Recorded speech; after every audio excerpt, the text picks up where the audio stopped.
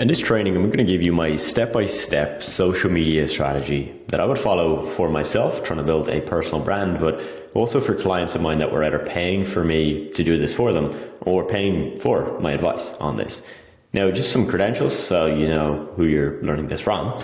I have gained over 1 million followers for both myself and clients on Instagram, and with TikTok, primarily for myself, but over 500k followers. For my personal audience, I've probably gained around 400 to 500k from my own personal audience across Instagram, TikTok, and then other platforms as well, such as YouTube. And I've done all this quite recently, so I'm hoping that the advice I'm going to give you is quite relevant to where you're trying to get to, either with yourself, your page, or one of your clients' pages. So look, I know you have a ton of questions when it comes to growing on social media, and a lot of your questions are going to be more around what is the exact type of content I post? What's a content hack, a content strategy you can give me? What are the hashtags I should use? What time should I post? A lot of very technical questions that are important to ask, but these are the 20%. The 80%, right, where you're going to get 80% of your results with social media is from what we're going to look at today. These are the foundations, the fundamentals that if you skip them, you will probably never get results. First,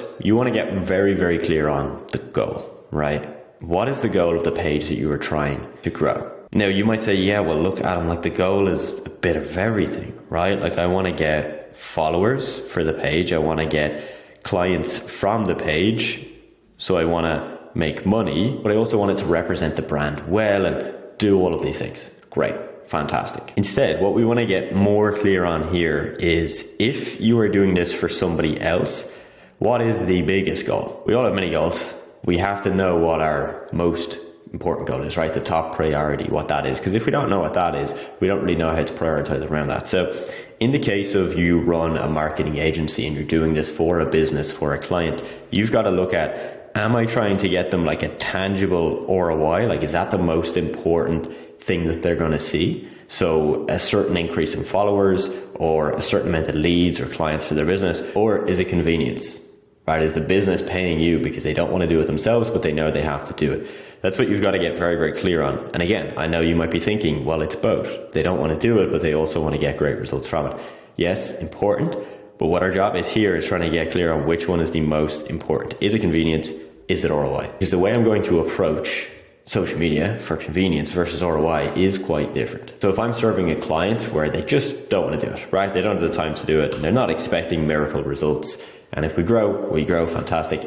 But the main thing is just to get it done, to uphold their brand and get the thing done, box it off their list. Well, I'm still going to want to grow them, right? I'll still want to put in all the effort and get them the results that they deserve, but I'll optimize for convenience. I'll give you an example of this. You're working with a fitness coach, okay? And deep down, for a fitness coach to get the best out of social media, that coach should record their training sessions, should record testimonials with their clients, should record themselves speaking to the camera, giving you valuable advice, right? That you could then edit with your team, make it into beautiful social media posts and post for them consistently. But here's the problem.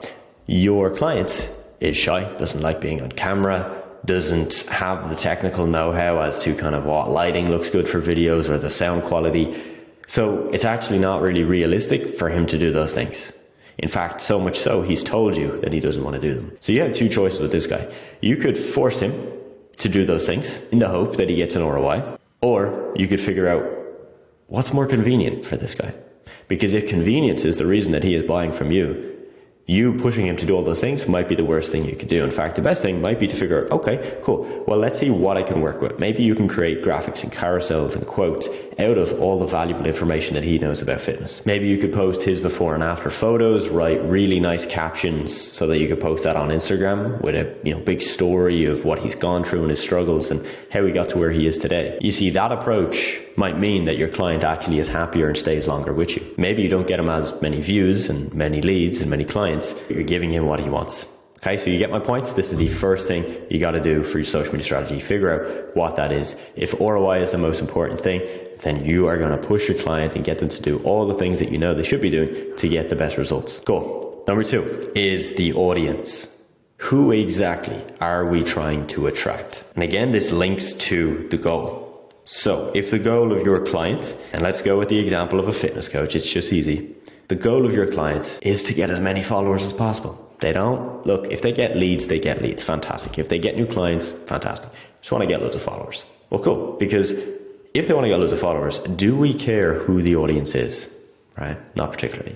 Do we care if it's mainly people coming from certain countries or certain age groups, or they work in certain jobs? No, we don't. We just want the numbers. Versus we take a fitness coach that is very much concerned about ROI, as previously mentioned up here. ROI is the main thing, but not just fame and likes and numbers, but direct return on investment. Spend X on your service, make X back, that kind of guy. Well, then this guy is going to be more picky about his audience, because if he is a fitness coach that sells a very high ticket exclusive program for busy men that work in the corporate world, well, I'm going to need to make sure that the audience I'm attracting is those people. So the reason the audience is important, you might be thinking, well, Adam, what if I just get tons of numbers, tons of followers, and then hopefully there'll be some of those that fit the mold, right? That fit the audience the client is trying to attract. Yes, I get your point. It could work.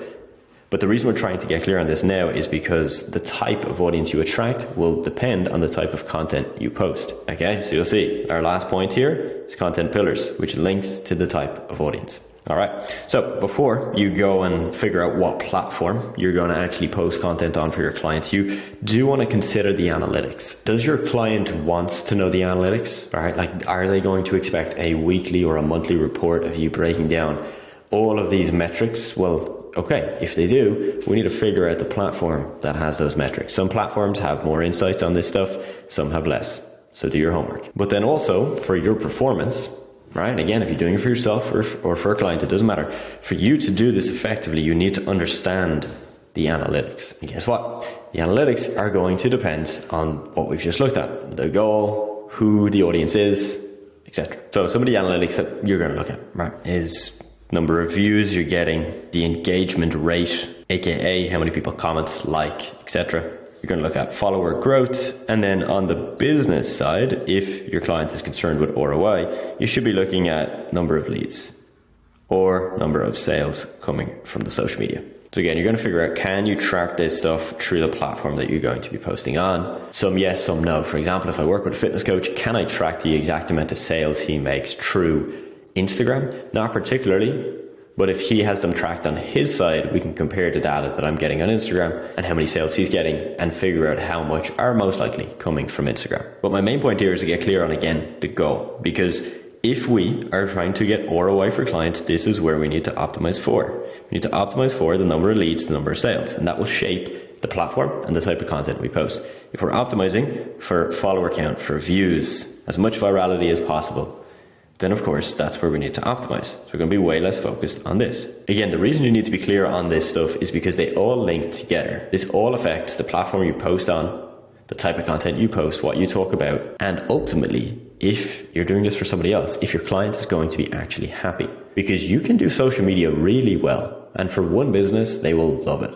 For another business with the exact same effort, same type of strategy, they won't be happy. And this is why you need to understand this stuff. It's about meeting the expectations of who you're doing this for. Next up is the platform. We're going to define, okay, what is our platform? And you might say, yeah, well, Adam, there's more than one, right? Like, I'm not just going to post on Instagram for my clients. Fair enough. Good for you.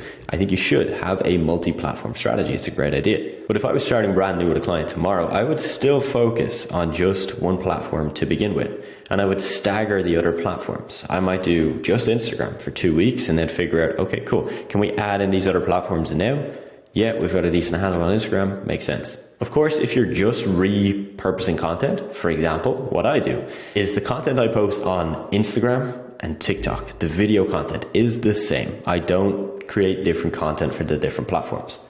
So for me, it doesn't matter. I can start with those two. If I create a video today, I can post it to Instagram, post it to TikTok on the same day. It doesn't matter. But if your client is going to follow a different strategy on each platform, of course, you need to take that into account. Okay, so now you're thinking, all right, cool. I get it, Adam. I start with one, but which platform do I choose? There's a bunch. So do I do TikTok? Do I do Instagram? Do I do Facebook? Do I do YouTube? What's going to be the platform for me? Again, this will depend the audience massively. For example, you're working with a fitness coach, works with, again, high earning corporate professionals, average age 40, 50. Okay, is Instagram the best place to get them? Maybe. Is LinkedIn potentially better? Would Facebook have more of them? Maybe. This is for you to decide. Or your client doesn't want to post videos or photos of themselves. So does it make sense to be on Instagram? Maybe not. Does it make sense to put a ton of focus onto Twitter, onto Threads? That might make more sense. So again, you're figuring out what platform makes sense for the goal, for the clients, and what's going to ultimately get to our goal, convenience or the ROI we're trying to get the client. Now, for most businesses, and I'm talking 80% of the businesses, the platform that you're probably going to look at putting the most focus on is Instagram. It's probably the platform that makes the most money for coaches, for consultants, for agency owners, for small businesses. Instagram is where most are going to go. So as you guessed it, this is important because this impacts our last point, which is actually figuring out the content you're going to post. It's great knowing all this stuff here, eh? But if we don't know what we're actually going to post, we don't have something to post. If we don't have something to post, we won't get results. Simple as. So, content pillars. To begin, for your strategy, you are going to keep this incredibly simple. And you could have, dozens of content pillars. Right? You could have 10, 12, 20 different content pillars. Give you an example of some of this stuff. Results is a content pillar. Testimonials, content pillar. Lifestyle, content pillar. Valuable educational content pillar. We could go on for days. What I want you to focus on to start is this kind of very broad look at content pillars, which is viral content and nurture content. So the amount of viral content you do versus nurture will depend, of course, on the audience, who you're trying to attract and what our goal is. Your goal is just to get followers. Well, viral is going to be 90%. Nurture might be just 10. If our goal is to get ROI, well then viral might be 50, nurture might be 50. So again, got to get clear on the goals. And I would start with these two. In these, you can then create content pillars or content buckets within that. An example, you've got your two pillars here, viral and nurture. We're going to assume you're doing 50-50, which is what I personally do. If you look at my Instagram, you can pretty much see that. I post maybe a couple of times per day on average, and half it's kind of this viral content, and half it's more nurture. So in here, in viral, it might be, stats that I can find, like these statistics and facts about the industry I'm in, because it's mass appeal. It's stuff that's not directly about me. It's stuff that could appeal to a wide audience. On the nurture side, this might be, this could be results, it could be testimonials. Or on viral, right? This might be like funny content. I've seen fitness people, like fitness coaches who sell high ticket coaching, have some content that's just funny. Like it's just them making a joke in the gym. I'm not going to directly get them a client, but it's to go viral, to get people into their awareness. So again, the point here, you could write this for days. We could have dozens under each one. You want to have enough of these to give you a good idea as to what you're going to post. And again, if you're doing this for a client, you want to ensure that it matches everything we've looked at so far, and that you then run these ideas by them as well. So there you have it. That's my mini training, my mini masterclass on how you're going to grow on social media step by step, whether it's Instagram, TikTok, and you can apply this to YouTube, other platforms as well. And this works whether it's for yourself, for your personal brand, or for a client of yours that you're doing it directly for or you're consulting with. If you'd like to work with me, right, and you'd want to figure out how we could work together, whether you're trying to do this for yourself and you want my guidance, or you're doing this for other people, as an agency, as a coach, as a consultant, and you want my guidance as to how you should best do it and how you can get clients for your business. You'll see in the description of the video, there's some links, there's some resources. Feel free to check those out. Message me on Instagram if you'd rather just chat and see what I offer. I'll talk to you soon.